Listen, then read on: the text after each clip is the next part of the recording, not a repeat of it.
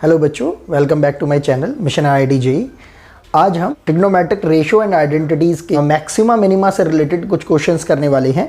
तो देखते हैं। ये क्वेश्चन है JEE 2023 का, जिसमें बोल रखा है find the set of all values of lambda for which the equation cos square 2x minus 2 sin to the power 4x minus 2 cos square x equals to lambda.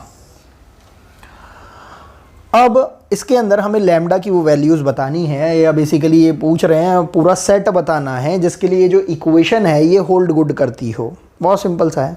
हमें सबसे पहले इक्वेशन का स्ट्रक्चर समझना है कि वो क्या कहना चाह रहा है। हम देख रहे हैं यहाँ पर पावर 4 वाली इक्वेशन भी है, पावर 2 वाली इक्वेशन भी है, और पावर 2 वाला जो पार्ट है वो 2x वाली टर्म में भी है। जब भी कभी ऐसा टाइप का कोई क्वेश्चन आता है तो हमें ध्यान रखना है कि हमें पूरी की पूरी इक्वेशन एक ऐसे वेरिएबल में कन्वर्ट करनी है जिससे कि वो ईजिली कंबाइन हो सके, सिंप्लीफाई हो सके। अगर हम थोड़ा गौर करें, अगर हम इस 2x को अगर ओपन कर देंगे, cos 2x का फॉर्मूला अगर हम ओपन कर देते हैं तो क्वेश्चन और लेंदी होता चला जाएगा। लेकिन वहीं पर ही अगर हम इन sin to the power 4x and cos square x को इनके हायर ग्रेड में अगर कन्वर्ट कर दें, मतलब डबल एंगल, ट्रिपल एंगल या फोर्थ एंगल फॉर्मूले में अगर हम कन्वर्ट कर देते हैं तो वहीं पर ही हमारा जो क्वेश्चन है वो काफ़ी इजी हो जाएगा। तो ये ध्यान में रखते हुए हम क्वेश्चन को आगे प्रोसीड करते हैं और पूरे अपनी इस इक्वेशन को हम ट्राई करेंगे कि वो डबल एंगल और ट्रिपल एंगल या फोर्थ एंगल फॉर्मूले में कन्वर्ट हो पाए। तो हमने cos स्क्वायर 2x को एज इट इज़ रखा माइनस ट्वाइस टाइम ऑफ, और इस sin to the power 4x को हमने बोल दिया sin square x whole square minus twice time of, इस cos स्क्वायर x को हमने बोल दिया 1 plus cos of 2x double angle फॉर्मूले में कन्वर्ट करके डिवाइडेड बाय 2, या डायरेक्टली भी बोल सकते थे 2 cos square x equal to 1 plus cos 2x। अब और थोड़ा सिंप्लीफाई करेंगे, ये हो जाएगा cos स्क्वायर 2x माइनस इस sin स्क्वायर x को आप बोल सकते हो 1 minus cos of 2x divided by 2 whole square minus, ध्यान से देखेंगे ये जो माइनस है अंदर मल्टीप्लाई हो जाएगा क्योंकि 2 से तो 2 ये कैंसिल आउट हो रहा है, ये जाएगा -1 माइनस cos ऑफ 2x। और नेक्स्ट स्टेप में हम ऐसा भी कर सकते हैं कि जब हम स्क्वायर लगाएंगे यहाँ पर 2 जो है वो 4 हो जाएगा और ये 2 से ये 4 कैंसिल आउट हो जाएगा। तो हम देखेंगे क्या क्या बचता है हमारे पास, cos स्क्वायर 2x माइनस ये अपॉन में हमारे पास कितना आ जाएगा, 2 आ जाएगा, और हम इस स्क्वायर को ओपन करेंगे तो कितना आ जाएगा हमारे पास 1 plus cos square 2x minus 2 cos 2x minus 1 minus cos of 2x। इसे और थोड़ा सा सिंप्लीफाई करते हैं, ये हो जाएगा हमारे पास cos स्क्वायर 2x, और यहाँ ये जो माइनस साइन है इसके अंदर मल्टीप्लाई कर देते हैं और 2 से हम सेग्रीगेट कर देते हैं, कितना हो जाएगा माइनस का half minus cos square 2x divided by 2 minus minus plus cos of 2x minus 1 minus cos of 2x। ध्यान से देखेंगे यहाँ पर ये cos 2x है, ये cos 2x हमारा कैंसिल आउट हो रहा है।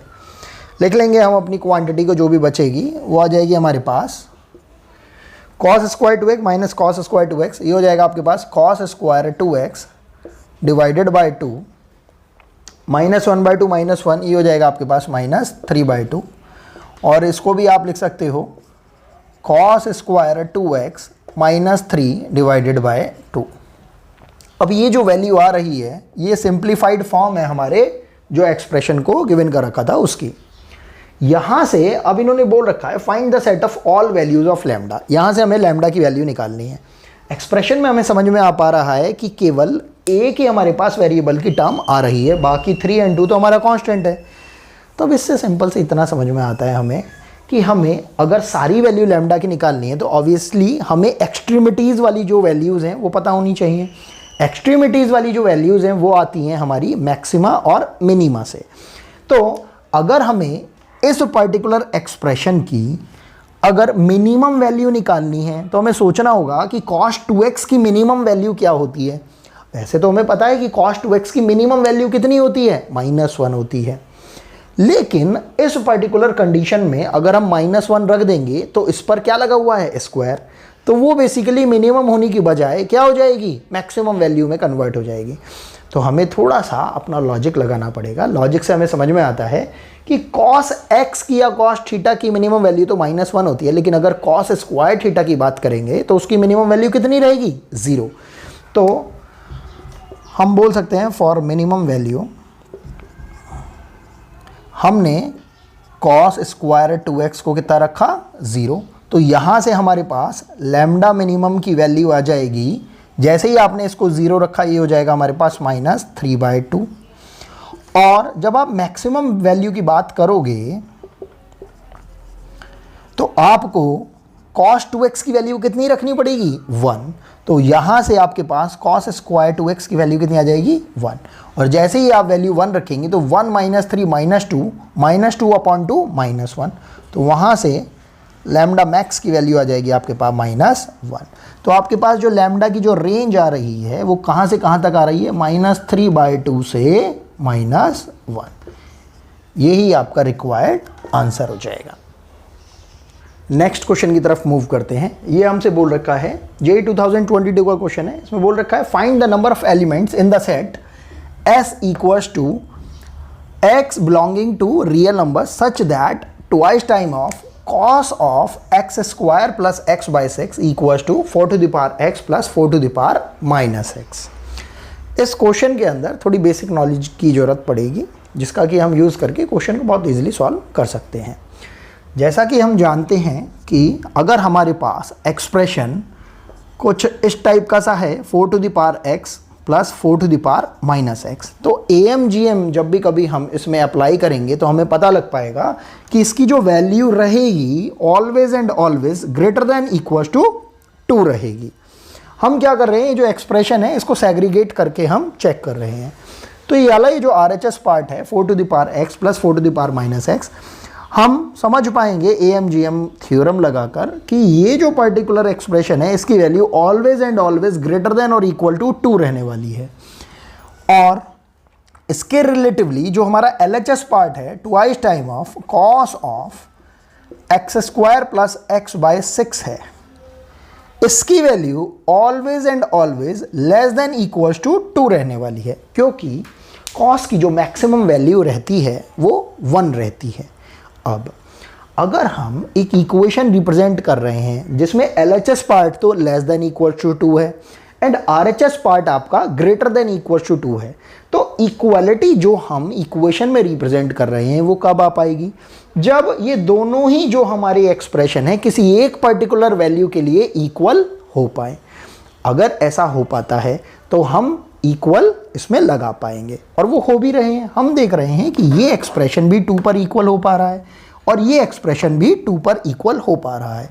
अगर ऐसा होता है तो हम इसको आगे प्रोसीड कर सकते हैं 2 के इक्वल टू साइन के साथ। तो हम देखते हैं हमारे पास कितना आ जाएगा, twice time of cos of x square plus x divided by 6 equals to 2, and यहाँ से हमारे पास आ जाएगा cos of x square plus x divided by 6 equals to 1।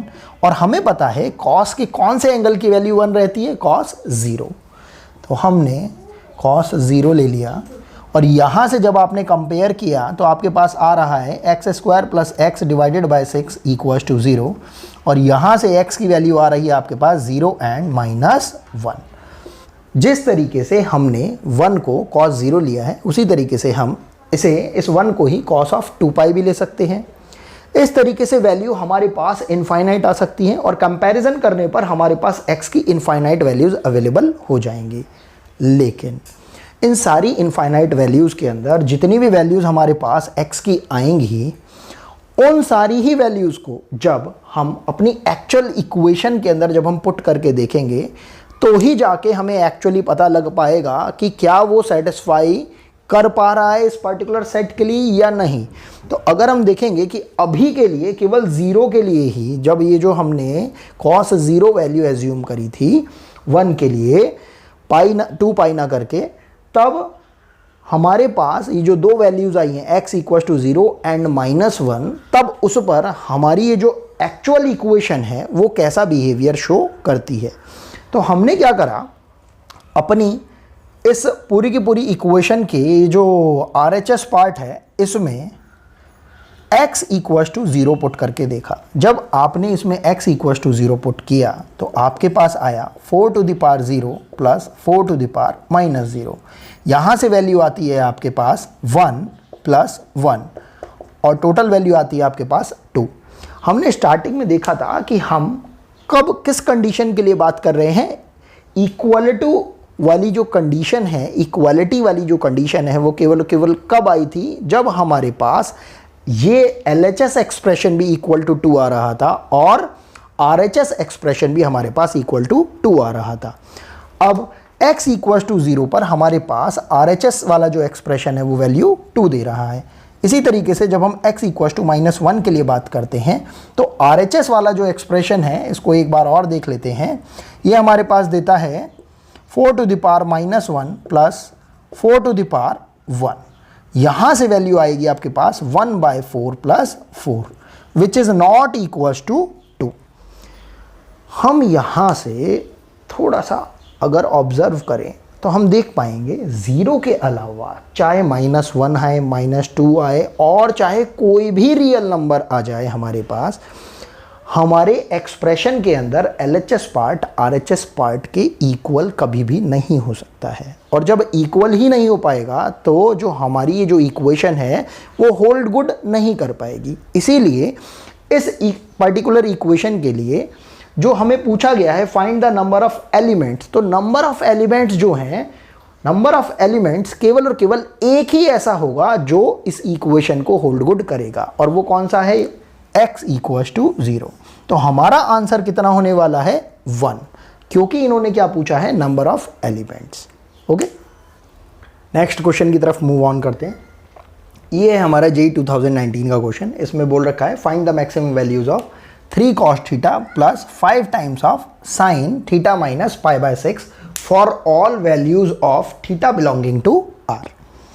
वैसे तो देखा जाए इस क्वेश्चन का स्टैंडर्ड बोर्ड के क्वेश्चन के स्टैंडर्ड से ज़्यादा ऊपर नहीं है, लेकिन हमें क्वेश्चन को करने से पहले ट्रिक पता होनी चाहिए कि आखिर हम इस टाइप के क्वेश्चंस को कैसे करते हैं। तो देख लेते हैं हम। कभी भी अगर हमें एक्सप्रेशन आ जाता है a cos theta plus b sin theta type का, तो ऐसे एक्सप्रेशन की जो मैक्सिमम वैल्यू रहती है वो हमेशा निकाली जाती है plus times of under root of cos का कोफिशिएंट का स्क्वायर प्लस साइन के कोफिशिएंट का स्क्वायर। और इसी तरीके से ऐसे एक्सप्रेशन की जो मिनिमम वैल्यू निकाली जाती है वो होती है minus times of under root of cos के कोफिशिएंट का स्क्वायर प्लस साइन के कोफिशिएंट का स्क्वायर। अब क्योंकि हम देख पा रहे हैं एक्सप्रेशन के अंदर हमें केवल कॉस थीटा टाइप से दे रखा है, लेकिन यहाँ पर ये जो साइन है इसमें जो थीटा है दैट इज थीटा माइनस π/6। तो ये हम डायरेक्टली इस टाइप के फॉर्मूले में रखकर मैक्सिमम मिनिमम वाली वैल्यू को कैलकुलेट नहीं कर सकते हैं। हमें क्या करना पड़ेगा, एक्सप्रेशन को थोड़ा सिंप्लीफाई करना पड़ेगा। तो वो कर देते हैं हम। एक्सप्रेशन लिख लेते हैं 3 cos of theta plus 5 times of sine of theta minus π/6, और यहाँ से हमारे पास एक्सप्रेशन हो जाएगा 3 cos थीटा प्लस ये साइन a माइनस बी का फार्मूला लग जाएगा, ये हो जाएगा आपके पास 5 times of sine a cos b minus cos a sine b।